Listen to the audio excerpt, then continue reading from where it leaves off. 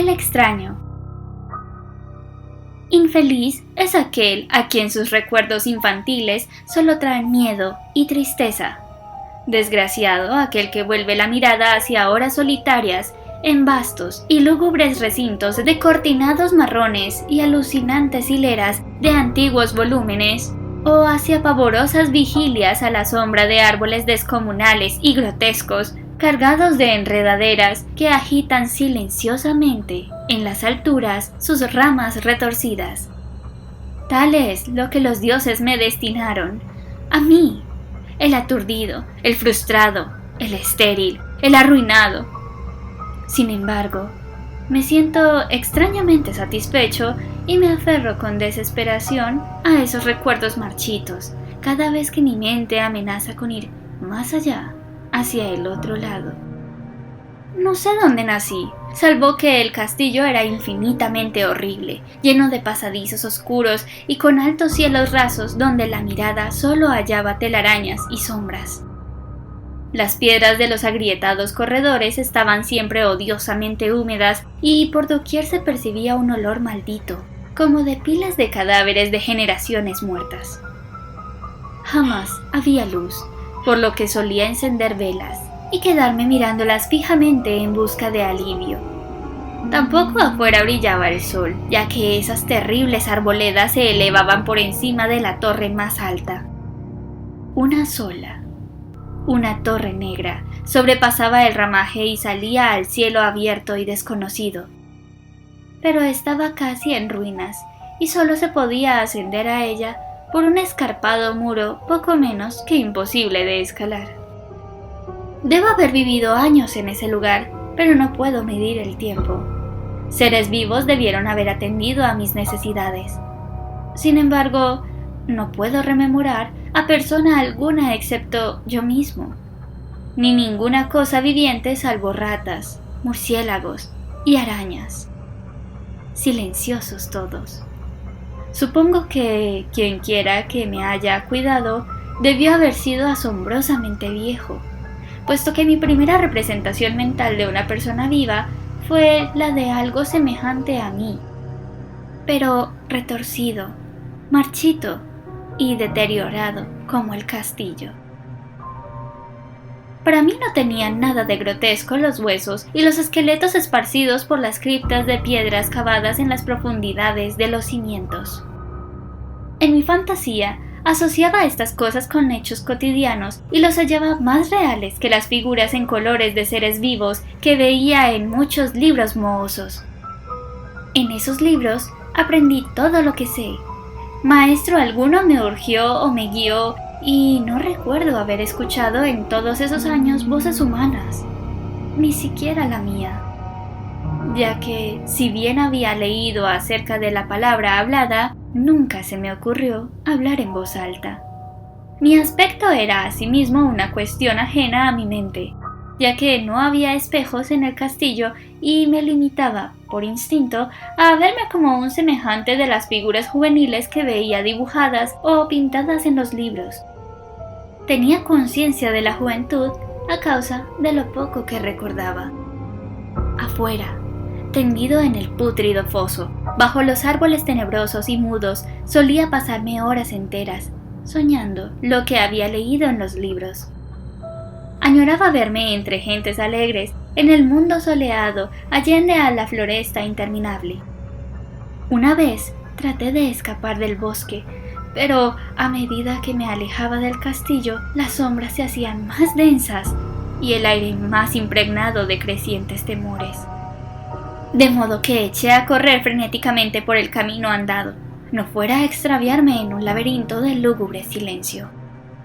Y así, a través de crepúsculos sin fin, soñaba y esperaba, aun cuando no supiera qué, hasta que en mi negra soledad el deseo de luz se hizo tan frenético que ya no pude permanecer inactivo y mis manos suplicantes se elevaron hacia esa única torre en ruinas que por encima de la arboleda se hundía en el cielo exterior e ignoto. Y por fin resolví escalar la torre, aunque me cayera, ya que mejor era vislumbrar un instante el cielo y perecer que vivir sin haber contemplado jamás el día. A la húmeda luz crepuscular, subí los vetustos peldaños de piedra hasta llegar al nivel donde se interrumpían y de allí en adelante, trepando por pequeñas entrantes donde apenas cabía un pie, seguí mi peligrosa ascensión. Horrendo y pavoroso era aquel cilindro rocoso, inerte y sin peldaños. Negro, ruinoso y solitario, siniestro con su mudo aleteo de espantados murciélagos. Pero más horrenda aún era la lentitud de mi avance, ya que por más que trepase, las tinieblas que me envolvían no se disipaban y un frío nuevo, como de moho venerable y embrujado, me invadió. Tiritando de frío, me preguntaba por qué no llegaba a la claridad y, de haberme atrevido, habría mirado hacia abajo. Se me antojó que la noche había caído de pronto sobre mí, y en vano tanteé con la mano libre en busca del antepecho de alguna ventana por la cual espiar hacia afuera y arriba y calcular a qué altura me encontraba. De pronto, al cabo de una interminable y espantosa ascensión a ciegas por aquel precipicio cóncavo y desesperado, sentí que la cabeza tocaba algo sólido. Supe entonces que debía haber ganado la terraza o, cuando menos, alguna clase de piso. Alcé la mano libre y en la oscuridad palpé un obstáculo, descubriendo que era de piedra e inamovible. Luego vino un mortal rodeo a la torre, aferrándome de cualquier soporte que su viscosa pared pudiera ofrecer, hasta que finalmente mi mano, tanteando siempre, halló un punto donde la valla cedía y reanudé la marcha hacia arriba, empujando la losa o puerta con la cabeza, ya que utilizaba ambas manos en mi cauteloso avance. Arriba no apareció luz alguna, y a medida que mis manos iban más y más alto, supe que, por el momento, mi ascensión había terminado, ya que una puerta daba a una abertura que conducía a una superficie plana de piedra, de mayor circunferencia que la torre inferior, sin duda el piso de alguna elevada y espaciosa cámara de observación. Me deslicé sigilosamente por el recinto, tratando que la pesada losa no volviera a su lugar, pero fracasé en mi intento. Mientras yacía exhausto sobre el piso de piedra, oí el alucinante eco de su caída, pero con todo tuve la esperanza de volver a levantarla cuando fuese necesario. Creyéndome ya a una altura prodigiosa, muy por encima de las odiadas ramas del bosque, me incorporé fatigosamente y tanteé la pared en busca de alguna ventana que me permitiese mirar por vez primera el cielo y esa luna y esas estrellas sobre las que había leído. Pero ambas manos me decepcionaron, ya que todo cuanto hallé fueron amplias estanterías de mármol, cubiertas de aborrecibles cajas oblongas de inquietante dimensión. Más flexionaba, y más me preguntaba qué extraños secretos podía albergar aquel alto recinto construido a tan inmensa distancia del castillo subyacente. De pronto, mis manos tropezaron inesperadamente con el marco de una puerta, del cual colgaba una plancha de piedra de superficie rugosa a causa de las extrañas incisiones que la cubrían.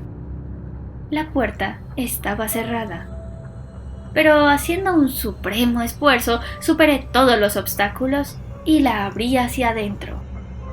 Hecho esto, me invadió el éxtasis más puro jamás conocido. A través de una ornamentada verja de hierro y en el extremo de una corta escalinata de piedra que ascendía desde la puerta recién descubierta, brillando plácidamente en todo su esplendor, estaba la luna llena, a la que nunca había visto antes, salvo en sueños y en vagas visiones que no me atrevía a llamar recuerdos. Seguro ahora de que había alcanzado la cima del castillo, subí rápidamente por los pocos peldaños que me separaban de la verja. Pero en eso, una nube tapó la luna, haciéndome tropezar, y en la oscuridad tuve que avanzar con mayor lentitud. Estaba todavía muy oscuro cuando llegué a la verja, que hallé abierta tras un cuidadoso examen, pero que no quise trasponer por temor a precipitarme desde la increíble altura que había alcanzado. Luego volvió a salir la luna. De todos los impactos imaginables, ninguno tan demoníaco como el de lo insondable y grotescamente inconcebible. Nada de lo soportado antes podía compararse al terror de lo que ahora estaba viviendo, de las extraordinarias maravillas que el espectáculo implicaba. El panorama en sí era tan simple como asombroso, ya que consistía meramente en esto. En lugar de una impresionante perspectiva de copas de árboles vistas desde una altura imponente, se extendía, a mi alrededor, al mismo nivel de la verja, nada menos que la tierra firme, separada en compartimentos diversos por medio de lajas de mármol y columnas, sombreada por una antigua iglesia de piedra cuyo devastado capitel brillaba fantasmagóricamente a la luz de la luna. Medio inconsciente, abrí la verja y avancé bamboleándome por la senda de grava blanca que se extendía en dos direcciones. Por aturdida y caótica que estuviera mi mente, persistía en ella ese frenético anhelo de luz. Ni siquiera el pasmoso descubrimiento de momentos antes podía detenerme. No sabía, ni me importaba, si mi experiencia era locura, enajenación o magia, pero estaba resuelto a ir en pos de la luminosidad y alegría a toda costa. No sabía quién o qué era yo, ni cuáles podían ser mi ámbito y mis circunstancias. Sin embargo, a medida que proseguía mi tambaleante marcha, se insinuaba en mí una especie de tímido recuerdo latente que hacía mi avance no del todo fortuito. Sin rumbo fijo, por campo abierto, unas veces sin perder de vista el camino, otras abandonándolo para internarme, lleno de curiosidad por praderas en las que solo alguna ruina ocasional revelaba la presencia, en tiempos remotos, de una senda olvidada. En un momento dado, tuve que cruzar a nado un rápido río cuyos restos de mampostería agrietada y mohosa hablaban de un puente mucho tiempo atrás desaparecido. Habían transcurrido más de 2 horas cuando llegué a lo que aparentemente era mi meta. Un venerable castillo cubierto de hiedras, enclavado en un gran parque de espesa arboleda, de alucinante familiaridad para mí y sin embargo lleno de intrigantes novedades. Vi que el foso había sido rellenado y que varias de las torres que yo bien conocía estaban demolidas, al mismo tiempo que se erguían nuevas alas que confundían al espectador. Pero lo que observé con el máximo interés y deleite fueron las ventanas abiertas infundadas de esplendorosa claridad y que enviaban al exterior ecos de la más alegre de las francachelas. Adelantándome hacia una de ellas, miré al interior y vi un grupo de personas extrañamente vestidas que departían entre sí con gran jarana. Como jamás había oído hablar la voz humana, apenas si podía adivinar vagamente lo que decían. Algunas caras tenían expresiones que despertaban en mí remotísimos recuerdos, otras me eran absolutamente ajenas. Salté por la ventana y me introduje en la habitación, brillantemente iluminada, a la vez que mi mente saltaba del único instante de esperanza al más negro de los desalientos. La pesadilla no tardó en venir, ya que, ni bien entré, se produjo una de las más aterradoras reacciones que hubiera podido concebir. No había terminado de cruzar el umbral cuando cundió entre todos los presentes un inesperado y súbito pavor, de horrible intensidad que distorsionaba los rostros y arrancaba de todas las gargantas los chillidos más espantosos. El desbande fue general, y en medio del griterío y del pánico, varios sufrieron desmayos, siendo arrastrados por los que huían enloquecidos. Muchos se taparon los ojos con las manos y corrían a ciegas llevándose todo por delante, derribando los muebles y dándose contra las paredes en su desesperado intento de ganar algunas de las numerosas puertas. Solo y aturdido en el brillante recinto, escuchando los ecos cada vez más apagados de aquellos espeluznantes gritos, comencé a temblar, pensando qué podía ser aquello que me acechaba sin que yo lo viera. A primera vista, el lugar parecía vacío, pero cuando me dirigía a una de las alcobas, creí detectar una presencia. Un amago de movimiento del otro lado del arco dorado que conducía a otra habitación, similar a la primera. A medida que me aproximaba a la arcada, comencé a percibir la presencia con más nitidez y luego con el primero y último sonido que jamás emití. Un aullido horrendo que me repugnó casi tanto como su morbosa causa.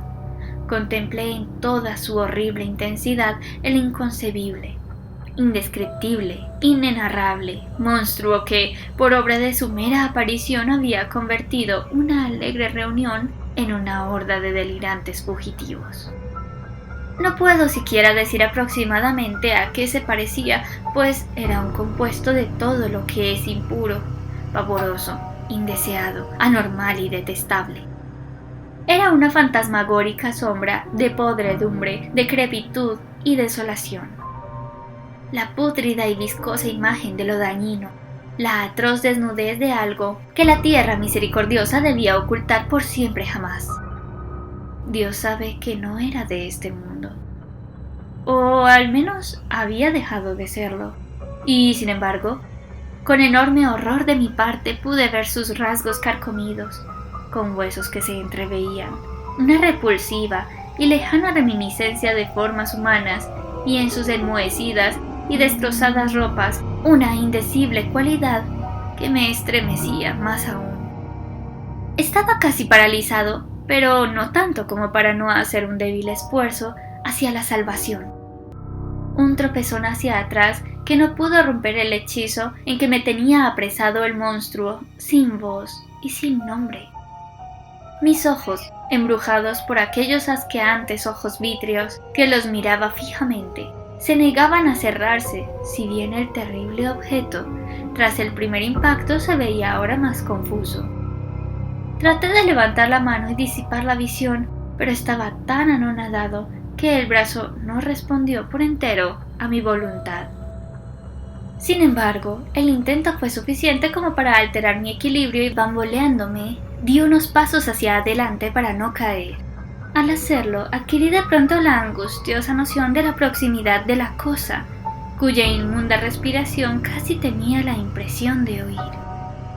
Poco menos que enloquecido no pude, no obstante, adelantar una mano para detener a la fétida imagen que se acercaba más y más, cuando de pronto mis dedos tocaron la extremidad putrefacta que el monstruo extendía por debajo del arco dorado. No chillé, pero todos los satánicos vampiros que cabalgan en el viento de la noche lo hicieron por mí, a la vez que dejaron caer en mi mente una avalancha de anonadantes recuerdos. Supe en ese mismo instante todo lo ocurrido. Recordé hasta más allá del terrorífico castillo y sus árboles. Reconocí el edificio en el cual me hallaba. Reconocí lo más terrible, la impía abominación que se erguía ante mí, mirándome de soslayo mientras apartaba de los suyos mis dedos manchados. Pero en el cosmos existe el bálsamo, además de la amargura, y ese bálsamo es el olvido. En el supremo horror de ese instante, recordé lo que me había espantado, y el estallido del recuerdo se desvaneció en un caos de reiteradas imágenes, como entre sueños. Salí de aquel edificio fantasmal, execrado, y eché a correr rauda y silenciosamente a la luz de la luna. Cuando retomé al mausoleo de mármol y descendí los peldaños, encontré que no podía mover la trampa de piedra, pero no lo lamenté, ya que había llegado a odiar el viejo castillo y sus árboles. Ahora cabalgo junto a los fantasmas, burlones y cordiales, al viento de la noche, y durante el día juego entre las catacumbas del Nefre-Ka, en el recóndito y desconocido valle de Hadod, a orillas del Nilo. Sé que la luz no es para mí, salvo la luz de la luna sobre las tumbas de roca de Neb, como tampoco es para mí la alegría, salvo las innominadas fiestas del Nitocris bajo la gran pirámide, y sin embargo, en mi nueva y salvaje libertad, agradezco casi la amargura de la alienación. Pues, aunque el olvido me ha dado la calma, no por eso ignoro que soy un extranjero, un extraño a este siglo y a todos los que aún son hombres. Esto es lo que supe desde que extendí mis dedos hacia esa cosa abominable surgida en aquel gran marco dorado. Desde que extendí mis dedos y toqué la fría e inexorable superficie del pulido espejo.